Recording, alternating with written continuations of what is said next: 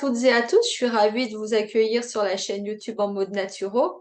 Je suis Maud Gabrielle, naturopathe formée en phytothérapie et micronutrition. Et pour la troisième fois, j'ai le plaisir et l'honneur de retrouver Marine Piron. Bonjour Marine. Bonjour Maud, merci de m'accueillir à nouveau. Bah, merci à toi d'avoir accepté mon invitation et de nous consacrer encore de ton précieux temps pour partager des informations hautement qualitatives. Donc aujourd'hui, donc je vais recommencer par te présenter s'il y a des personnes qui avaient pas suivi ou qui ne te connaîtraient pas et vraiment faut tout de suite rattraper le retard. Donc Marine est kinésithérapeute spécialisée en technique manuelle viscérale, également micronutritionniste spécialisée en hormonologie. Donc tu es à Paris. Et puis, les dernières vidéos, on avait parlé des hormones, on peut appeler ça un petit peu la valse des hormones féminines. Et aujourd'hui, tu souhaitais nous parler de fertilité masculine.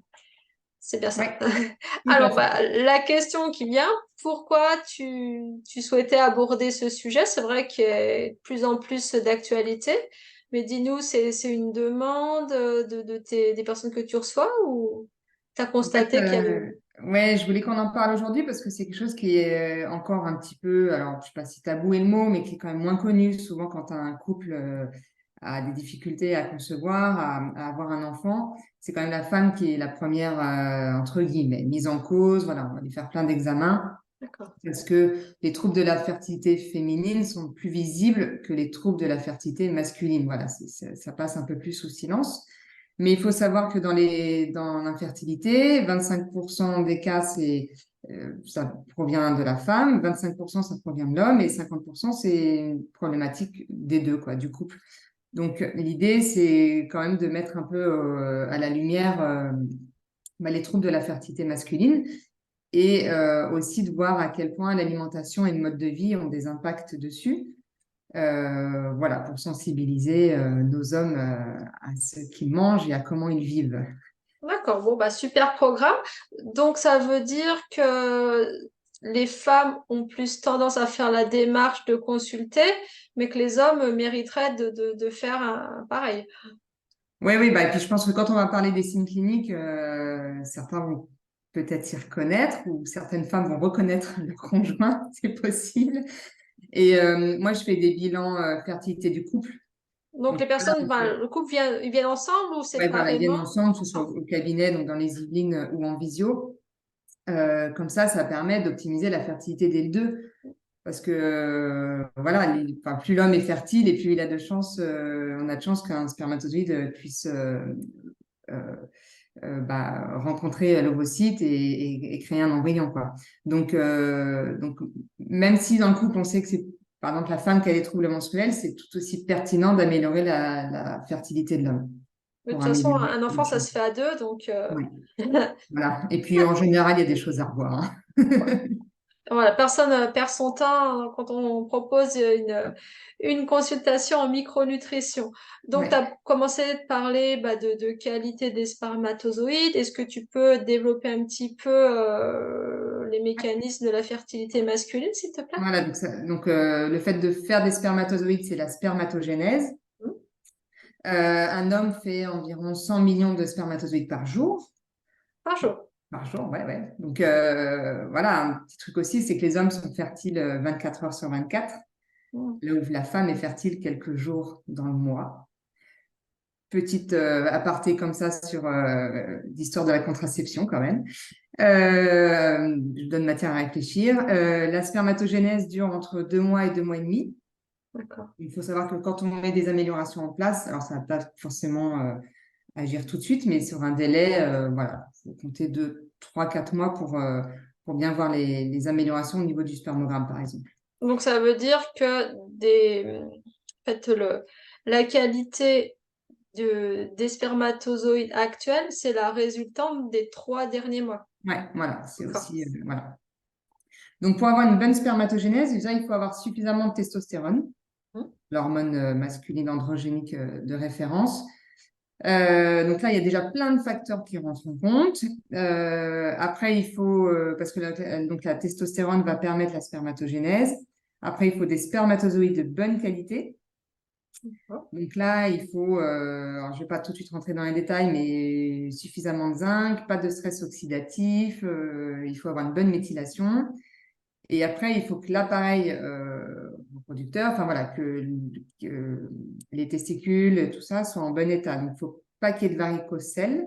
Varicocèle, c'est des varices qui sont au niveau des testicules. Il faut, alors après, ça rentre dans du médical, mais que les canaux ne soient pas obstrués pour que le liquide puisse bien passer. Et il faut que les testicules soient à la bonne température. Donc, D'accord. c'est-à-dire que les testicules sont à l'extérieur du corps pour justement être à une température inférieure qui doit être comprise entre 33 et 35 degrés. Ah, d'accord. Voilà. Donc, Et... réchauffement climatique, c'est pas bon pour la fertilité Ouais.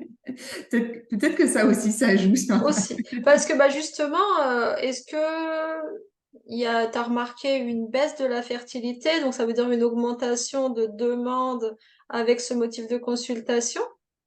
Alors, moi, de ma petite vie, non, mais c'est quelque chose qui est vu vraiment de manière au niveau de la population, que les hommes sont de moins en moins fertiles. Et d'ailleurs, ils ont baissé les critères des spermogrammes pour que les hommes puissent encore entrer dans les critères. Donc, ça veut dire qu'un spermogramme, on peut expliquer un petit peu, bah, c'est justement l'examen qui mesure la qualité des Voilà. spermatozoïdes. On y mesure le volume du sperme, le nombre de spermatozoïdes, la concentration, donc le nombre de spermatozoïdes par millilitre, le nombre de spermatozoïdes vivants, leur forme, typique ou atypique, leur mobilité et leur temps de survie. Enfin, peut-être que j'oublie deux, trois paramètres, mais grosso modo, Les voilà, essentiels. ils étudient tout ça. Et les spermogrammes, il faut en avoir fait 2 à 3 mois d'écart pour avoir une vision plus globale. Donc, c'est bien ce que tu disais, il faut 3 mois pour Ouais, évaluer là. Ok. voilà, comme ça le deuxième confirme le premier. Et oui, donc ils ont baissé les critères. Donc moi, quand j'ai quelqu'un avec un spermogramme juste dans la limite, moi je considère qu'il faut vraiment optimiser, quoi. Donc D'accord. parfois c'est un peu la douche froide, mais je leur explique que voilà, par exemple 4% de forme typique, même s'il y a beaucoup de spermatozoïdes, ça fait que 4% Hum, des spermatozoïdes qui sont potentiellement utiles, quoi. d'accord. C'est un Encore, petit encore peu pour, limité. comment dire ça, aborder les dosages, c'est un petit peu sur les analyses médicales classiques, il y a les valeurs statistiques et les Ouais, valeurs santé qu'on a l'habitude c'est ça. Ouais. d'expliquer ça à nos consultants. Donc, Mm. d'accord.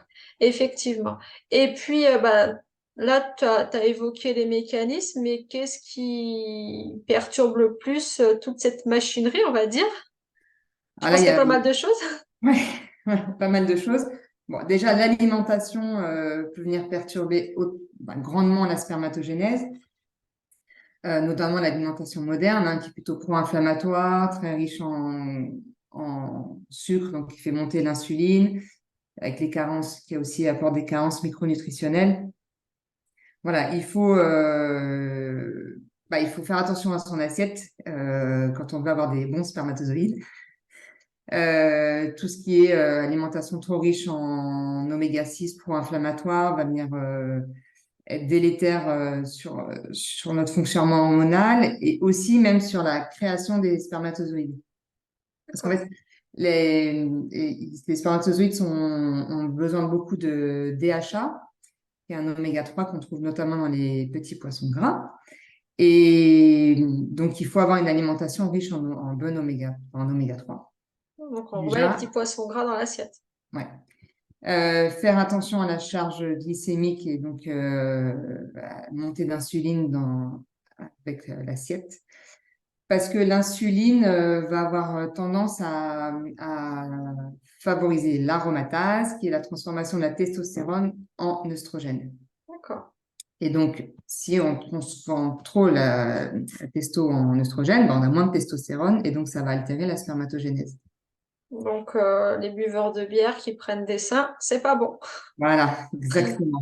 Faire attention au stress oxydatif, ça c'est vraiment capital aussi pour la fertilité masculine. Donc la stress oxydatif, c'est quand on a trop d'attaques oxydantes par rapport à nos défenses. Les grands mécanismes qui rentrent en compte, bah, c'est l'inflammation. Donc là, on rejoint l'alimentation, voilà, qu'il faut avoir une alimentation riche en oméga 3. Le tabac est un grand, grand pourvoyeur de stress oxydatif. Voilà, c'est pas un mythe, hein, vraiment, le tabac diminue la qualité de la spermatogénèse. Et le stress oxydatif peut venir aussi d'une détox trop importante. Donc là, attention à l'alcool, à la malbouffe, qui vont venir procurer du stress oxydatif. Bah, la meilleure détox, c'est déjà de limiter l'intox. Donc C'est ça. effectivement, si l'assiette et le verre d'ailleurs et sont plutôt anti-inflammatoires, il y aura pas grand-chose enfin moins de choses à détoxifier. Ouais, D'accord. voilà. Et autre chose, les perturbateurs endocriniens, Encore. on trouve Ils sont partout. partout et qui interfèrent avec tout, hein, donc, Bah, dès qu'on parle d'hormones, donc système endocrinien, c'est vrai que si il y a des éléments qui les perturbent, on est obligé d'en parler. ouais. Alors, perturbateurs endocriniens à différents étages. Déjà, parce qu'ils vont augmenter le pôle œstrogénique, donc l'imprégnation d'œstrogène chez l'homme. Et ça pourra interférer. Alors, ça se voit par exemple au niveau du spermogramme, parce que ça diminue le volume du sperme. D'accord. Et aussi parce que les perturbateurs endocriniens sont souvent des poisons mitochondriaux, c'est-à-dire qu'ils empêchent nos mitochondries de fonctionner normalement. Or, le spermatozoïde, pour qu'il puisse pour qu'il puisse faire tout son chemin jusqu'à rejoindre l'ovocyte, il a une distance énorme, hein, vu sa toute petite taille, Oui. il lui faut des mitochondries de compète. Voilà, Donc ça veut dire l'ovocyte. besoin de beaucoup d'énergie pour Ouais, parcourir tout ce chemin. voilà. Et donc, si les mitochondries de l'homme fonctionnent moins, enfin, de manière peu optimale, et bien évidemment, les mitochondries de ces spermatozoïdes vont pas être de compète non plus, donc ils pourront pas aller jusqu'à l'ovocyte. D'accord. Voilà. Ouais, donc. Ouais. Et d'ailleurs, il y a un petit truc rigolo comme ça, c'est que on sait, hein, que c'est que la tête du spermatozoïde qui rentre dans l'ovocyte. Tous les mitochondries sont dans la flagelle, dans la queue du spermatozoïde. Parce que la nature est quand même hyper bien faite parce que, en fait, quand le spermatozoïde arrive au niveau de l'ovocyte, les mitochondries, elles sont quand même un peu à bout de souffle. Et donc, l'embryon bénéficie des mitochondries de sa maman. D'accord. Donc ça veut dire que le papa, il donne vraiment le meilleur de ce qu'il peut donner. C'est ça. C'est que... Bon, c'est quand même une bonne Euh, nouvelle. ouais. Et aussi, les perturbateurs endocriniens chez la mère, voilà, une femme enceinte, si elle a des perturbateurs, enfin voilà, si son corps est subi à un important perturbateur endocrinien, ça peut favoriser la cryptorchidie du nouveau-né, du bébé garçon qui est né. Donc la cryptorchidie, c'est quand les testicules sont restés en haut. Voilà. Donc bon, là, pour le coup, le bébé, il est pour rien, hein, évidemment, Ouais, mais bien sûr. c'est aussi un des impacts des perturbateurs, enfin Donc voilà, là, des perturbateurs endocriniens sur la fertilité masculine, parce que du coup, ce bébé garçon, en général, c'est vu tout de suite, hein, à la maternité, ils font ce qu'il faut pour descendre les testicules. Mais si ça reste, ça peut vraiment impacter sa fertilité adulte. d'accord. Donc ça veut dire que les perturbateurs endocriniens, ils peuvent avoir des conséquences sur les générations futures. Ouais, avec un effet cumul Hmm. très sympa. D'accord. Bon, effectivement. Euh, Et oui, au niveau micronutritionnel, le zinc est hyper important parce que le zinc va permettre de lutter contre le fameux stress oxydatif et d'améliorer l'activité des mitochondries. d'accord. Donc, c'est vraiment quelque chose que moi je fais doser d'office, hein, quand j'ai un homme en fertilité. Ça plus d'autres choses, mais il faut vraiment avoir un zinc au taquet. Donc c'est vraiment les deux axes principaux de prise en charge, d'optimiser le fonctionnement mitochondrial et de lutter contre le stress oxydatif. Ouais, voilà. D'accord. Ouais.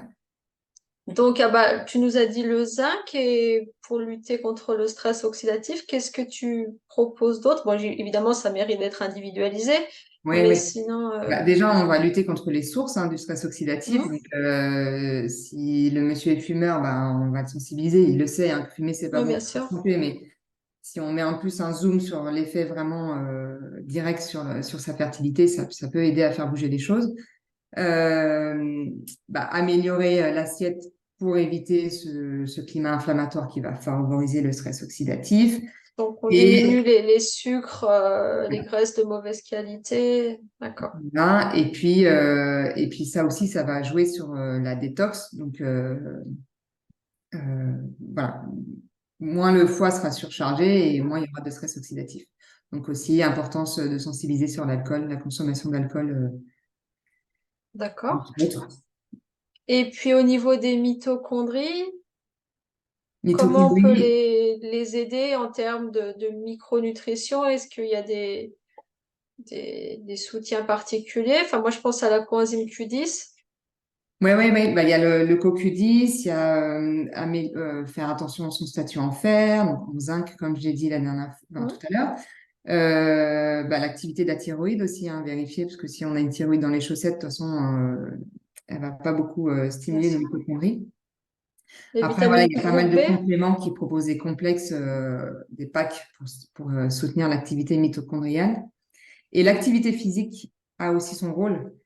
Euh, voilà, un homme qui est très sédentaire va pas beaucoup entraîner ses mitochondries à bien travailler. Ça va aussi favoriser le stress oxydatif. Mais par contre, aussi à l'inverse, Ouais, un homme très très sportif va augmenter son stress oxydatif. d'accord, Donc, ok. la bonne chose est au milieu Ben, pour on revient sur pour notre viser histoire l'équilibre. d'équilibre. Voilà. Et puis, tu nous avais parlé aussi par exemple, de température optimale pour les testicules. Est-ce qu'il y a bon, on entend souvent les vêtements serrés, les choses comme ça. Est-ce que tu peux nous faire un petit récap? Oui, alors ce qui peut venir dans la vie de tous les jours, augmenter la température des testicules. Donc oui, les jeans trop serrés qui auront tendance à remonter un peu les testicules. Euh, Faire beaucoup de vélo aussi, parce que quand on est à vélo, les testicules peuvent remonter. Il y a Et en certains... plus, dans des cuissards bien serrés où ça Ouais, macère, ou c'est voilà, sous pas. la canicule. Ouais. Bon, à Paris, il pleut de toute façon tout le temps, donc Oh, presque. t'exagères. Qu'est-ce qu'il y a d'autre? Eh ben, aussi certains métiers, hein, boulanger, pizzaiolo, qui ont, voilà, les hommes ont les fours au Ouais, niveau du bassin. Et notre vie moderne et le télétravail jouent aussi un rôle. Par exemple, pour les hommes qui gardent l'ordinateur, le PC portable sur le bassin pour d'accord. travailler ou voilà, l'ordinateur il chauffe et donc Hmm. il peut aussi chauffer la zone. Et je voulais rajouter quelque chose.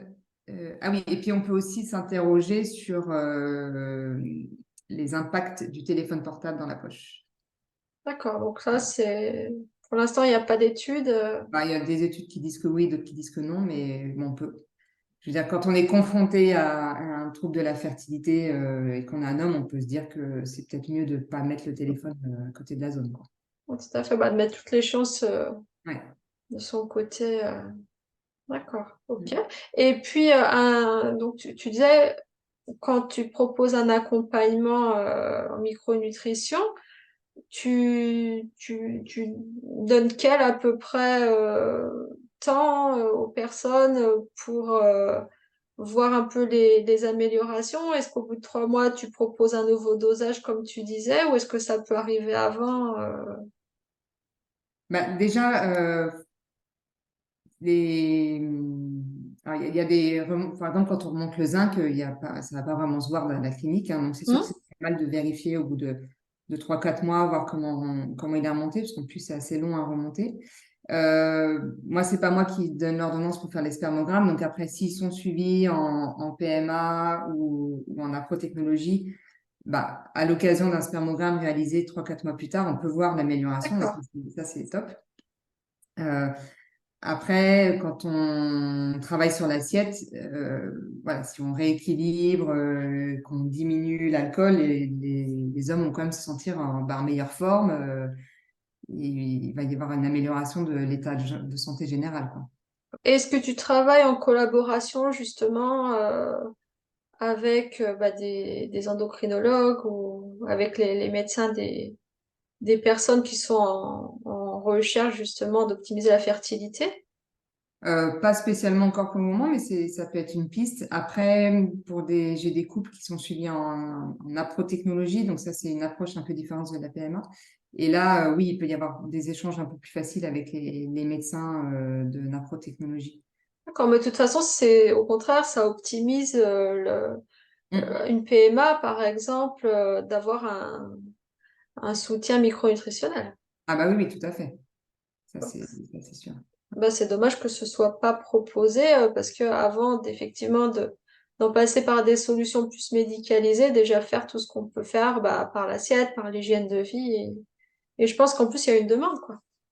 Oui, oui, oui, il y a plein de choses à mettre en place par soi-même pour améliorer sa fertilité. Et bah, c'est pour ça qu'on fait cette vidéo aujourd'hui. Tout à fait, je t'en remercie. Et est-ce que, question qui peut peut-être fâcher, est-ce que les hommes sont plus réticents ou pas du tout à changer certains modes de vie, certaines habitudes, ou c'est un cliché un petit peu? Euh, alors, je vais essayer de pas me les mettre à dos. Après, peut-être qu'à deux, c'est plus facile.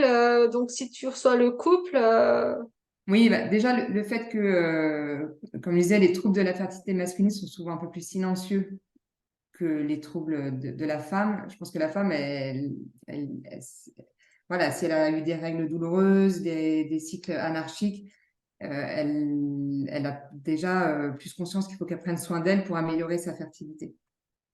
Après, les hommes qui ont des troubles de la fertilité, par exemple parce qu'ils ont un problème de testostérone, ils ont aussi des troubles physiques. Ils peuvent avoir des baisses de la libido, troubles de l'érection, une baisse de la qualité musculaire, aussi au niveau psychique, perte d'envie, de confiance en soi, de niaque, tendance à la dépression. Donc, c'est aussi, ils en pâtissent hein, de leurs troubles hormonaux, mais ils ont peut-être moins ce réflexe de se dire je peux être acteur là-dessus et en changeant un peu mon mode de vie, je peux améliorer. après, les troubles que tu viens d'évoquer, ils sont quand même peu spécifiques, donc c'est pas forcément évident de faire le lien avec la fertilité. Ouais. Souvent, oui, c'est un coup de fatigue, et puis donc c'est vrai que la femme, vu qu'elle le vit pendant une quarantaine d'années, justement les variations hormonales avec le cycle, donc c'est plus facile entre guillemets de faire des liens avec la fertilité.